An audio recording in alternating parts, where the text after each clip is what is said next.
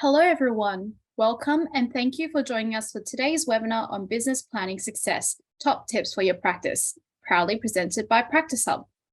In the spirit of reconciliation, PracticeHub acknowledges the traditional custodians of country throughout Australia and their connections to land, sea, and community. We pay our respect to their elders past and present and extend that respect to all Aboriginal and Torres Strait Islander peoples today. Thank you for joining us for the latest PracticeHub webinar. We have a great panel with us this afternoon who will be addressing some of the questions which have come through during registration, which we thank you for. If you have any additional questions about today's topics during the webinar, please enter them into the chat. On our panel this afternoon, we have Anne Davis, who has spent decades walking in practice manager's shoes.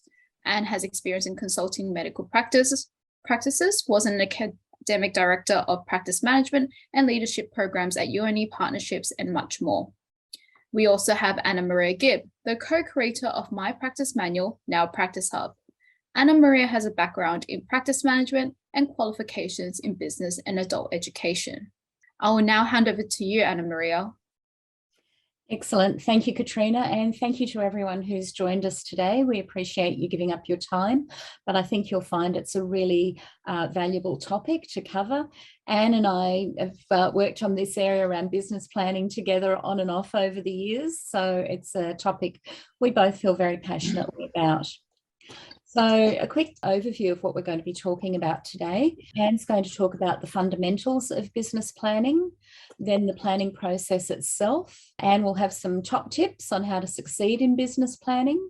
And finally, I'll do a demonstration of some of the resources and content that is in PracticeHub that can help you with the business planning process. So Anne, can I hand over to you to get us started, please? Lovely, thank you. So thank you for asking me to do this webinar. Starting with the fundamentals, why actually have a business plan? There are three main reasons to write a business plan. The first one is as a tool to achieve the business goals. Essentially, we're creating a map. And then following that map, hopefully, enables us to achieve our strategic plan. But there are other reasons for a business plan as well. The second one is to evidence our ability to service an external funding. So to show how we're going to repay this money. So a business plan may be to support a funding application to a financial institution. The third reason is to evidence good governance on use of funding. So we might be to show how appropriately the money is being used. So for example, the business plan might be part of a grant application, and it will include activities you're using the grant for, and importantly, the financial and governance supporting these issues. So for the purpose of today, however, we're looking at a business plan as one that's achieving goals. So the webinar is very much about the process of development of a business plan, and the structure could be applicable to any medical practice and in fact any business. And it's how you then take that structure and apply how you're going to use the business plan. And I know from some of the pre-questions, there's lots of people having challenges relating to billings, to doctor shortages, difficulty in maintaining support teams. It seems fairly universal at the moment. So what this is a tool to enable you to, once you have some ideas about how to address those challenges, putting them into action. The process. And writing a business plan is a process, and that's the sequence we're going to use today. So the process is, firstly, we'll look at the background and very much the importance of strategic intent. The second step is looking at the big picture. Our reference point here is very much the strategic plan. We haven't got time today to walk you through how to do a strategic plan, but I'm sure you've got some ideas about what you would develop in that. And then finally, we're going to focus on the business plan. And I'm going to spend a bit of time on the structure because I think that's probably where people are really wanting the assistance. So let's start with the background. Often the temptation is to jump in and just write a business plan. You know planning is important, so you want to do it. And there's stuff that you and your team just want to get done. However, before you write a business plan, and even before you develop your strategic plan, it's useful to identify the structure of your management decision-making.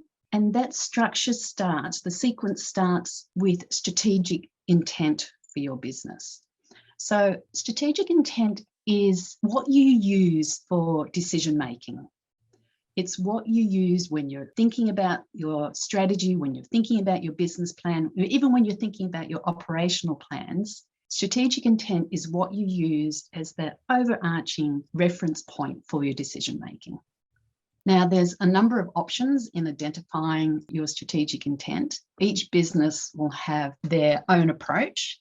And I find that if you haven't formally documented a strategic intent, you may actually already have it, because most businesses, most practices have their own set of corporate statements. So the things that you might have in your corporate statements might be your vision, what the business desires to achieve in the long run. You might have a mission, the big picture approach to how the business will achieve.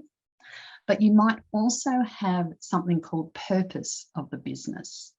And this is the why, the reason the business exists. And I have to admit, this is what I use as my strategic intent. It's what I use for guiding decision making. Now, I'd like to just illustrate the value of purpose. And I'm going to give you some examples, some from the training that I've done and some from practices that I've worked with. I want to give you these examples of purpose, just so you can see how, that might be really useful for guiding my decision-making or the practice's decision-making. So the first example I have, we partner in personalised care for health and well-being of our patients and community. A really clear purpose there. Another, our purpose is to provide medical care of the highest quality so each of our patients may experience optimal health. And then the third one, which was with a cardiology practice, their purpose was to maximise the quality of life of our patients with heart conditions. So reflect on those and how you might have a similar statement of some sort in your practice that you could use as your strategic intent, that framework. Whatever statement you settle on for your strategic intent, it really is a most important framework tool, and you'll use it for all your decision making. So now we're going to move to the big picture, the strategic plan. Think of a strategic plan as an umbrella. Think of it as covering the business and providing protection regardless whatever the environment is doing. The output of a strategic plan will be a document. It usually covers a 3 to 5 year period. Interestingly, when I first started in practice management consulting, working with teams to do strategic planning, the period of the plan was a lot longer. It was usually, 10, possibly even 15 years. But certainly over the time, it's shortened. The environment is just changing so much. It's difficult to have really long strategic plans. So I'm seeing that most businesses are looking at that 3 to 5 year period. So that strategic plan, it will have strategic objectives and possibly some supporting goals. Think of the strategic objectives as really big goals. I'm just sort of dwelling a little bit on the language here because it's quite important, but really, like every area, there's terminology. If we can just distill it down to the more simple words, it's just often easier to understand. So strategic objectives, really big goals, ones that potentially have a number of elements and often over a longer period of time. So I've got a couple of examples of strategic objectives. So the first one, to have team members working at the height of their scope of practice. It may sound like a simple thing, but there are a lot of moving cogs within that strategic objective. And it may take a practice, a couple of years to fully have that occur. Then one that I think may be applicable to many of us at the moment, and I do have to admit that I've become a practice owner, a part practice owner in the last few years, and this one's important to me too, to ensure viability and sustainability of the practice business. I think that's probably a strategic objective that many strategic plans have at the moment. So now let's move to supporting goals. Supporting goals are the next level of detail down. For each strategic objective, there'll be a number of supporting goals. These are goals that support the strategic objective to be achieved. So if we take the strategic objective we've just mentioned to ensure viability and sustainability of the business, there's probably lots of supporting goals, but I've got just a few examples to try and illustrate the difference between the big picture strategic objective and the more focused supporting goals. So let me walk you through the examples. To create a succession plan for business ownership within the next 12 months. Another, to develop a clinician training program on the use of MBS with implementation in February 2023. Another one, to introduce a wallboard for telephone real-time monitoring in January 2023. And another one, to develop a GP recruitment strategy by December 2022. Although probably most of us want that one yesterday. But you can see how the strategic objective is that big picture, but then the supporting goals are more nuanced, more detailed. We're going to talk in a moment about the structure of goals. And then the last element is the business plan. And usually the business plan is aligned with the financial plan and a new business plan for each financial year. So if you've got a 4-year strategic plan, the result is 4 business plans. So that's the big picture.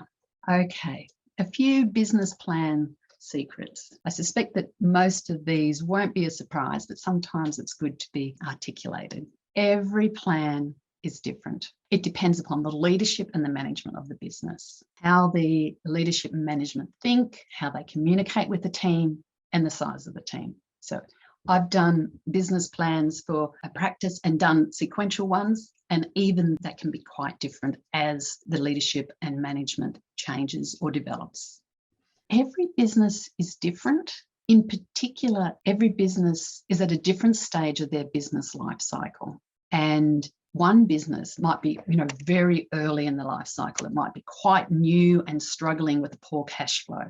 Another business might be wanting to expand, wanting to set up a branch practice. Or maybe the governance of the business isn't quite effective enough and the focus is quite internal. So every business is different, and so that will influence the plan. So the next couple of elements we've talked about quite a lot already. So the strategic plan, this guides your activity. As we discussed in the previous slide, this is where you'll find your strategic objectives documented.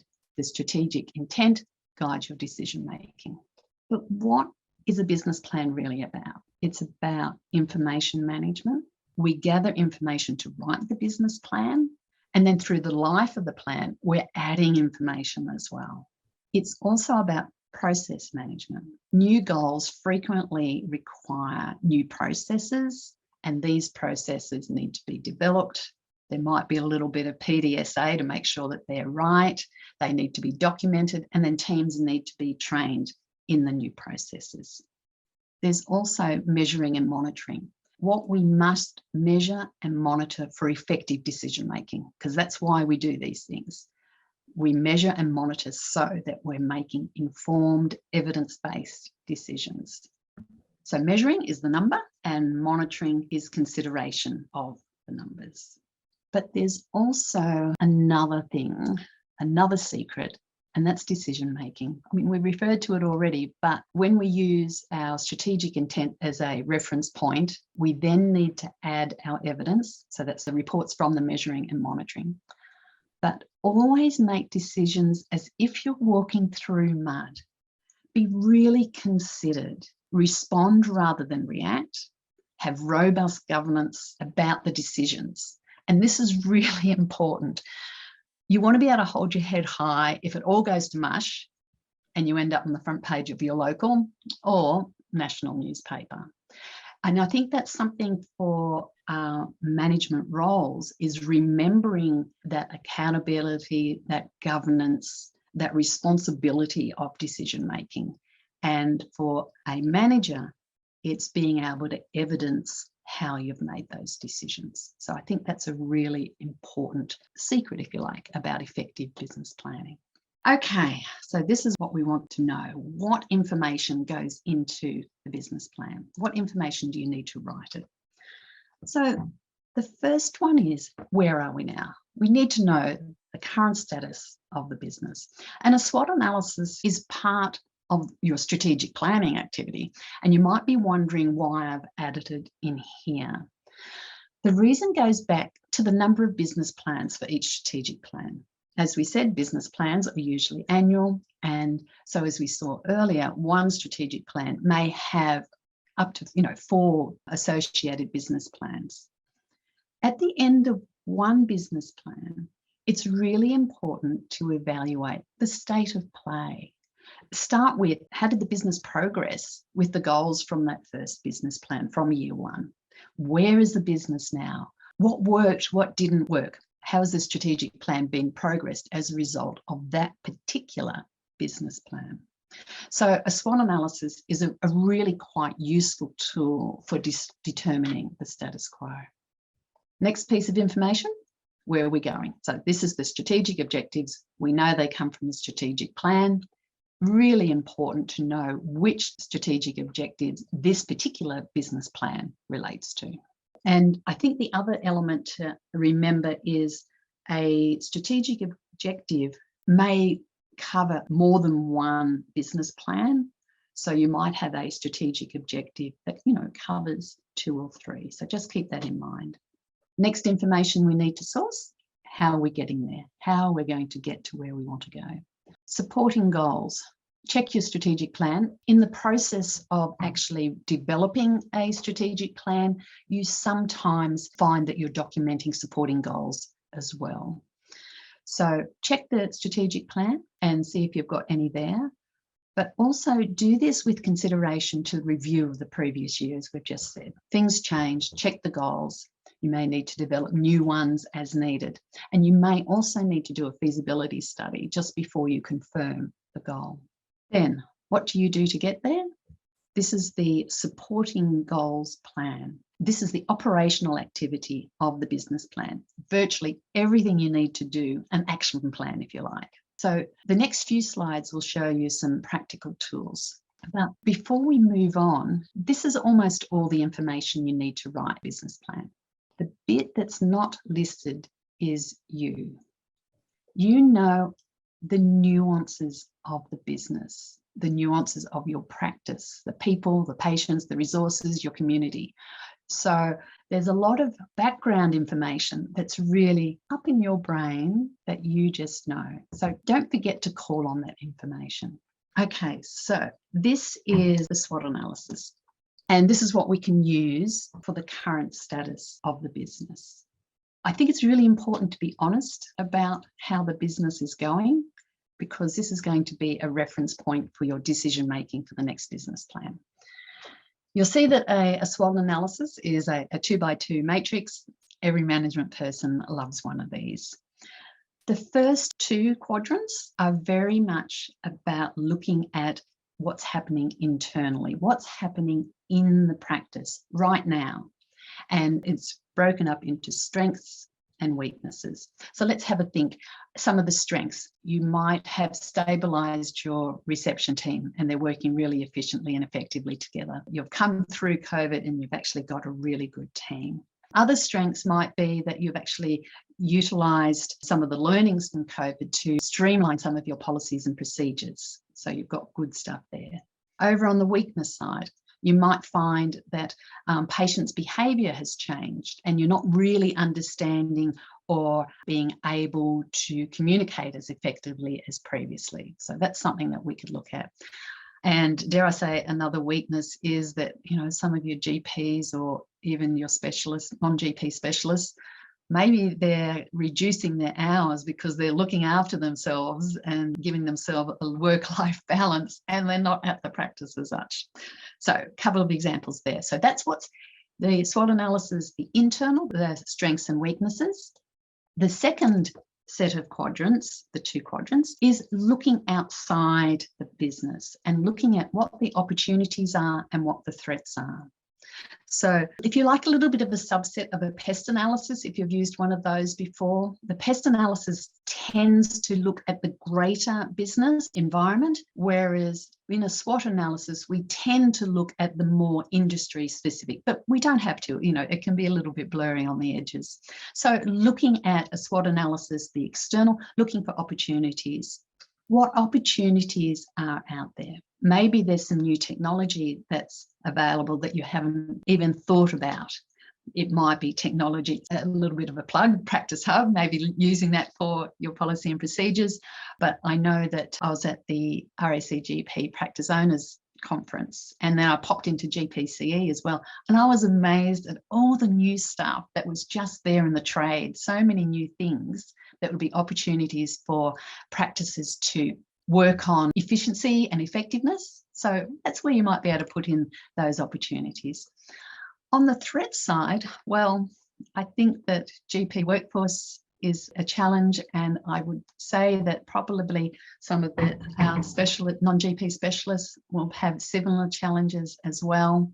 We're seeing the ongoing challenges of people even moving into medicine, so workforce is going to be a challenge. People that are in general practice, we've got the transition from the Department of Health running AGPT to now in the colleges. So there's nuances there, transition to Service Australia paying practices as well. So just differences out there that are going to be a bit challenging for people. So that SWOT analysis, being honest about how things are, is going to give you quite a good understanding of what the current status of the practice is, of what the business is. And as you're preparing the business plan, it's a really good reflection. Okay, so this tip is about writing goals, and you may be familiar with the SMART acronym. So the SMART acronym is a guideline to writing goals. It's a guide to ensuring that how a goal is written is an effective communication tool. So SMART stands for specific, measurable, achievable, realistic, and timeframe. Although I must admit the A and the R, sometimes people come up with other options there, but the intent's the same. Let's walk through the slide. So effective goals are specific about what needs are achieved. Be quite clear on it. You need to be able to measure it, and you need to have a time frame. So what I've done here is I've put a goal and just showed you how you might ensure that it is a SMART goal. The first thing, I always use the word to. It gets me in the framework of thinking about the goal. Then the next one is a verb. You might need to reduce, you might need to increase, you might need to develop, implement, then insert specifically what you're wanting to do and set the time frame. Go back and check that there's a measure.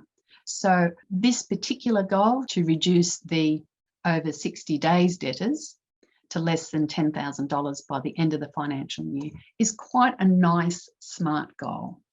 And it's useful for making sure that all your goals are in that way, because it is a really good tip, a really good way to ensure that it's an effective tool. Once your goal is written, the job doesn't end there. There's a few more things that you need to do.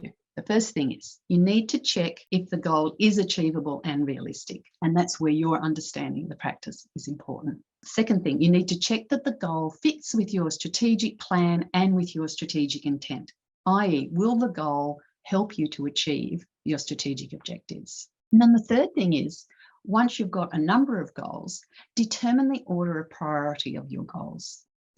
You may need to consider that some goals are important and some goals are urgent. So you might need to use some thinking to decide the priority of those goals. So that's the writing goals. Okay, this one I love. So the supporting goal plan, or the action plan, is the detail needed to achieve the goals and hence your strategic objectives. This is a structure that I use. The goal is clearly written. It's a SMART goal. The measuring and the monitoring is detailed. I know how I'm going to measure. I know how I'm going to monitor. And then the plan has what activity actually needs to be done, what resources are required, who's responsible, and the due date. It needs to be quite clear and unambiguous. you'll see that if we just take this first one, the activity, Jane has capacity to do debt recovery and has a good telephone manner. Organise Jane's roster to give her 4 hours a week for debt recovery. So, you know, the roster is really important. And the reason why I wrote roster rather than 4 hours was because within the roster, you're going to have to find someone else to do Jane's work for that 4 hours that she's doing debt recovery. So it might need to be a bit of a juggle. So I've said you, but the person responsible is actually the reception team leader. And you'll see that we've got a timeline there in that these do need to be done in sequence, but then we've got the training that actually can be done earlier. So this supporting goals plan, most favourite part of it is the completed section. I love the complete column. That's because I just love ticking off lists. And even now, I still love lists. So you will create one of these plans for each of the goals that you have. Okay, business plan structure.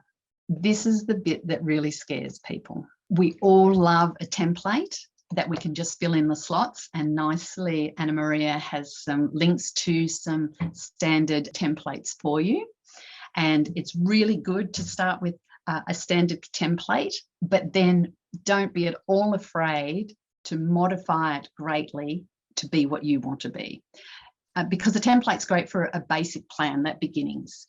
But as we've said, you know that practices are nuanced and you need your thinking skills and your communication skills to mold the plan. So it's how you think and how your practice works. And we also need to contextualize the plan to your practice. If your practice hasn't had a business plan before, start small. It is perfectly okay to have a business plan that has just one goal. You need to be able to give your space to learn about the process of implementing business plans. So in the structure of the business plan, in your document, the way I approach it is if I win lotto and I'm going to go on sabbatical or maybe even not come back to work, but if I'm leaving the practice and a business plan for someone else to actually implement, there needs to be sufficient detail that they can take it and implement and, you know, continue what you've been doing. So the amount of detail you put is going to be dependent upon your practice. But my advice is don't go overboard. Don't put lots and lots of stuff, particularly if the person can find it elsewhere. So I always start with a statement of strategic intent, 2 lines, then a brief business and practice description. You know, just a page, absolute max, maybe even half a page. It's just to give them context. They'll be able to find that information elsewhere. But importantly is to include an organisational chart and a finance and legal chart. Now, the reason for this is that particularly the organisational chart will change over time. So it's good to have it as it is when the business plan was written at the beginning of that period. So pop them in.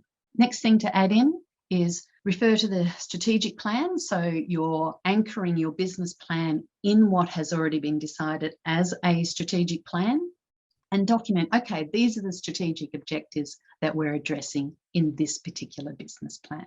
Then we go to the plan detail. And this is probably where people are thinking, okay, this is what I really want to know.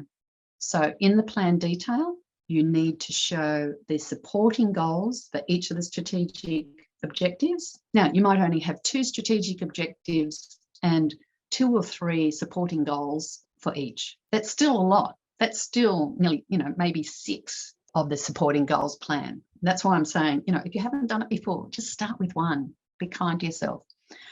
So the plan will have strategic objectives and these supporting goals. And then for each of these supporting goals, we have a supporting goals plan. And that's all that detail that we saw earlier. And now to the last line, because everything above this line can be created through a really structured approach. However, the final line really needs your skills and knowledge. First thing is creating a timeline. Look at each of your supporting goal plans, figuring out the sequence. Remember, we talked about priority earlier. That priority will be useful as well. What's the timeline that this is going to happen in? Many things will happen in parallel, but we need to be aware of what that timeline is. And if you've done any project management work, you'll be able to create what are called swim lanes, which I quite love because it means you can have a number of timelines happening at once, but you can see how it all fits together. So timelines is important. And then the second important thing is we've only got limited resources. So we have to be really conscious of what resources we have and how we're going to use them. If we have 6 supporting goals plans, that's 6 lots of people, money, IT that we have to manage. So again, this is why I'm suggesting start small. Look across those supporting goals plans and pull out what HR you need for each of them. What training, what recruitment, what promotion, and put it into one plan so that you're getting the overview of all those separate details. You'll still use your separate details plan, more so for as you're implementing your business plan, you'll be able to tick off that things have been done, but it's really good to have that big picture approach to HR for the period of the business plan. The next one is the finance plan. It's the same approach. Each of those more detailed plans are going to require money, may generate money, and you need to have a good idea of what that's going to look like. So bringing that together into a finance plan. So you've got your anticipated costs, how much you're going to spend, and your anticipated if there is any increase in revenue. You might find that that's your budget, but I suspect that finance plan will then channel into your annual budget, because your annual budget will have all your business as usual costs, and then this finance plan will bring in all the new activities. So it's actually quite good to channel it into there. And then I've just mentioned also about an IT plan, because we're just using technology so more, it's possible that each of your supporting goals plans has an IT component, so you might need an overall picture as well. And the one thing that I haven't written on this, and sadly it's probably the most important one, is your risk management plan. What if it doesn't work? How are you going to approach that? And again, by looking at each of those supporting goals plans, that will give you an idea of how to do that. Okay, so tips for success. First thing is to have a plan. I know that sounds silly, but I've worked with lots of practices that don't have a plan, or they have a plan and it's in someone's head. So that's tip 2, have a documented plan. Have the plan. Tip 3 is to use a documented plan. Very basic, but it's not always happening. Okay, tips for success. Measure and monitor everything. This is the evidence that you'll use for effective decision making. If we go back to the plan where it talked about reducing your outstanding debt, measure that. How much did we recover in this period? How much have we actually increased during that period? What were the successful ways of actually recouping that money? So measuring and monitoring. The next one is report against your documented plan regularly. Depending upon your practice and your leadership and management team, it might be monthly or it might be quarterly. When you're reporting, write it down. Don't just verbally present the information. Write it down. And just with that writing it down, I always do it within my strategic plan or have an ongoing document where I reflect against each of the goals. Regular reporting enables us to have a longitudinal record of performance. Next one, treat the plan as a dynamic document. Add things to the plan, put a date, make a note. You may remember, but if it isn't documented, it didn't happen. Embracing accountability. Use your action plans. Put names against responsibilities. And every plan is a change management activity. Use your change management skills. There's lots of change management tools available. Find one that works for you. I love using force field analysis, and we're going to walk through that in the next slide. But I also like Costner's management of complex change. So that's another one that you might like to have a look at. So force field analysis, nice simple structure. And as you can see, I've used the same goal that we've been talking about. So write the goal in the middle. Then in the first column, list all the driving forces, the reasons that we actually need to achieve this goal. On the far column, list all the restraining forces, all the reasons that it won't work. And a tip that I've found effective is do the activity with the team. You might do it with your business owners, but you might also do it with nurses, practitioners, reception, because they'll all have different perspectives and different suggestions. It goes back to that what's in it for me, the W2FM, the radio station that plays in everyone's head. Everyone will have a way of viewing this change because they'll be thinking, how's it going to impact on me? Now, for a goal like this, that's talking about money, everyone's going to be interested, but certainly reducing debtors, anyone that's an income generating person in the practice, I'm hopeful that they're going to have some, interest in this. It'd be nice to actually do this same exercise and talk about debt prevention, not just debt recovery. So that might be an added activity that you could do there. But the idea of using this activity and working it with the team is also not just getting their ideas, but getting them on board. So the outcome is that you can use the driving forces as motivators. It's motivators to implement the change, and then the restraining forces identify the barriers to overcome during the change. The other thing is when you're using the team to be involved, as you're doing the activity, find the person that is your biggest critic, because they're going to be the best person to run by or to work with on approaches. Or invite them, when you've got an approach, invite them to poke holes in it, because it'll get them involved, they'll feel like they're adding value, but it also means that they'll probably become one of your best champions. So force field analysis has got a few different activities that are useful there. Okay, and finally, I just want to talk about being a business owner first, and then I'll come to accreditation. So being a business owner, I think it's really important to have a business plan. There's so much assurance that it gives me as a business owner, because it gives me a confidence that the appropriate corporate governance is there to support the practice. Things are being planned, things are being monitored, and the decisions are being made appropriately.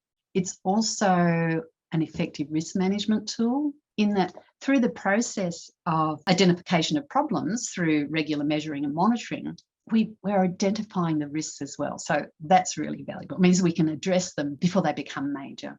The third thing that I really like is that it enables a quality management approach. It means that we're evaluating what we're doing. It also means that there's opportunities for quality improvement, because nearly everything we're doing is a quality improvement activity.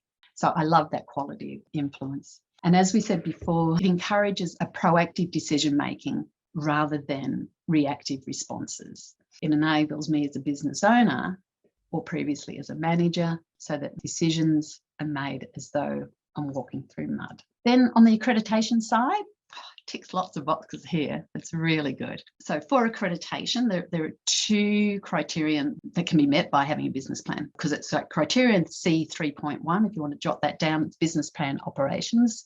So 3.1A says our practice plans and sets goals aimed at improving services. So fabulous. That's what the business plan done. You'll be able to evidence that by your document. And I think that most surveyors are just interested in seeing that you have one. They probably aren't interested. Well, sorry, I can't speak for a surveyor because it's a little while since I've been one, but just being able to show that you have a business plan is really important. Then 3.1B, our practice evaluates its progress towards achieving goals. So throughout your business plan, as we said, you'll be monitoring and measuring.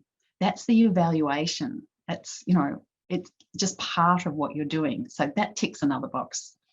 But the other part of accreditation is also the requirement to evidence that you're doing quality improvement activities. And a business plan is pretty much all about quality improvement and quality assurance. So that ticks even more boxes. So I think that business planning is just a no-brainer to start with, but there are some really tangible positives at the end of that. Thank you. And thank you so much. That was so interesting. And I think, as you say, there's just so many benefits to having a business plan. And I can see that, there's particularly, I think, your comments around how it can be one page, it can be a tome. So each organisation needs to think about it. One of the things that struck me was that by doing this, and particularly with the SWOT analysis, it allows you to take advantage of opportunities that you don't, it's not like because you're proactively looking at the environment, thinking about where you can improve. But I think, again, it's taking advantage of those opportunities. Yeah, and I think you're right in that even though the business plan is a 12-month thing, the world doesn't stop when you've written the business plan. And that's why, even though we've talked about doing the SWOT at the beginning, that's sort of the baseline, but so much is changing that we do need to be reviewing the plan on a regular basis and making those, measuring and monitoring so that we can make those decisions. As I said, walking through mud. I mean, that's not a very good analogy with everyone's floods and everything and lots of rain. But I think the thing is that for practice managers, the world is a bit scary because there is so much happening, and I think I like the concept of the business plan because it's a nice anchor. Yes, it gives me, this is the anchor. Everything else might be swaying and tethered, but if I can have this as an anchor, how things are moving on, how the practice is progressing, and then as those tethers start to influence, or I think, okay, I need to address that tether that's out there, then I can come back to the plan, and it's about tweaking rather than having to do one great big new thing. Yeah, absolutely. So I'm going to move over to our PracticeHub demonstration. So as Anne mentioned, I'm going to show you in PracticeHub some of the ways in which the platform can support your business planning activities. Probably one of the first things Anne referenced the standards, the criterion that relate to business planning, and they're in Core 3, as Anne mentioned, Core 3.1 A and B. So it's very simple in terms of our policy, and of course our PracticeHub customers, you'd probably be familiar with this page, especially the GP customers. But as we said, business planning applicable to any business, where we're sort of highlighting the components that make up this information. So we've got corporate statements around mission and philosophy, we've got a strategic plan, the annual business plan, and all of those things can be produced and attached to your policy page here. So it makes it accessible to those that need to see it. These plans don't kind of exist in a vacuum. It's important to link them to other information. As Anne said, you need information that you're collating for all this. So linking them to things like your mission, your values, the practice history to give some context to these plans as well. We talked about resources or human resources. So again, looking at, what are people's position descriptions? When we look at, what human resources, what skills do we have? Linking to the position descriptions and our roles and responsibilities. So as we were saying in the example, getting somebody who's going to spend a part of their time around doing debt recovery. So is that a role that has to be assigned to somebody? So having really clear roles and responsibilities. Anne mentioned business risk management again. So for me, risk management, you're generally looking at your organisation-wide risks, particularly clinical risks, business risks, and work health and safety risks. So again, thinking about that part of it. We have some policies and procedures around financial reporting. So again, that backs up your plan and your monitoring component, that you have policies around how you do your financial reporting and those sorts of things. Of course, emergency recovery planning or disaster recovery planning, also part of, when you're thinking about your business plan, how do you factor that in? And there's also, as Anne mentioned, all of this is change management. It's all about quality improvements. So looking at those quality improvements as well. Now, within PracticeHub, you saw some of the information. So Anne talked about the one-page planning tool. So we've got that there as a resource in PracticeHub. Again, it's that similar example, and it's ideal because it gives you an example and it gives you a framework to work with. So you don't have to go Googling for these things. You've got something that's curated, so you have that curated content in there.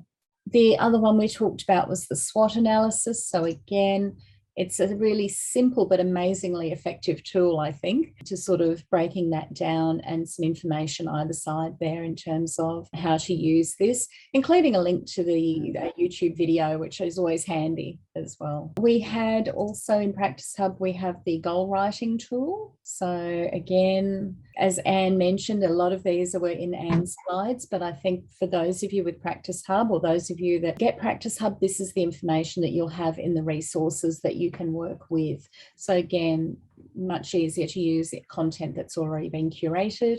The force field analysis, amazingly simple but very effective exercise as well. Sometimes, Anne, I think the name is a bit confusing for people.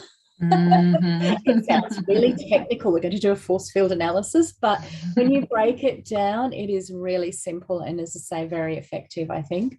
The other thing that we have in here, and here's one example, but we do have just a template that you can use, is a sample quality improvement plan.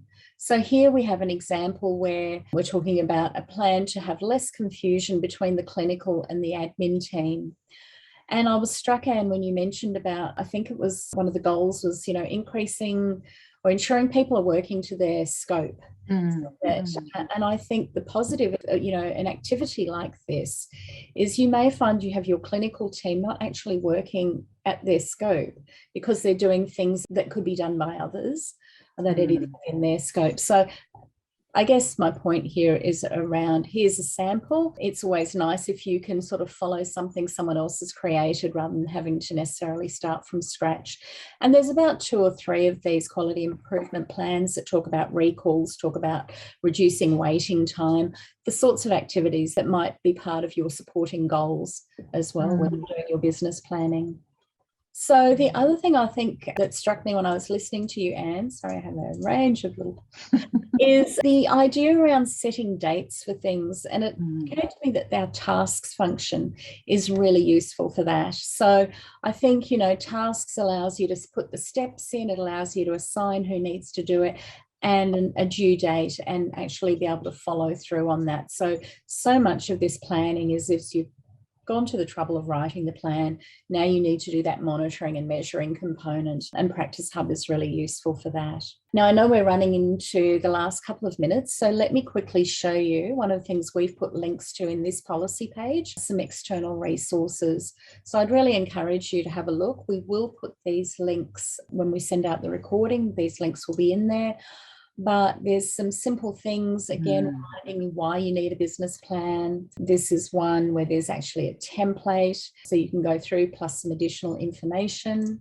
I think, Anne, you made the point at the beginning, you need a business plan for funding. So not surprisingly, banks tend to have good resources to help your business plan. So again, this one's from ANZ. Again, there's a template. This is quite good. It's interactive. And here's a site that talks about one-page business plans. And again, if you haven't done this before or haven't done much of it, starting small is a good way to go. So this could be quite useful for you. All right, so as I say, with PracticeHub, you have all your governance information that supports all of this. You can link to the other pages. And then, of course, we have those resources that I've showed you and that Anne referenced as well. So in the interests of time, if you are already a PracticeHub client and anything we've talked about today has piqued your interest, please contact our support team. If you're not a PracticeHub client, please contact our consultants. You can organise a one-on-one consultation with them. Go to our website for more articles and all of our webinar recordings, and you can see the contact details to contact us. And can I thank you again for your presentation today, which was insightful as always, and making what's complex really simple and relatable. My pleasure. It was lovely to be here. Thanks for asking me. Cool. All right. Thank you, everyone. Till next time.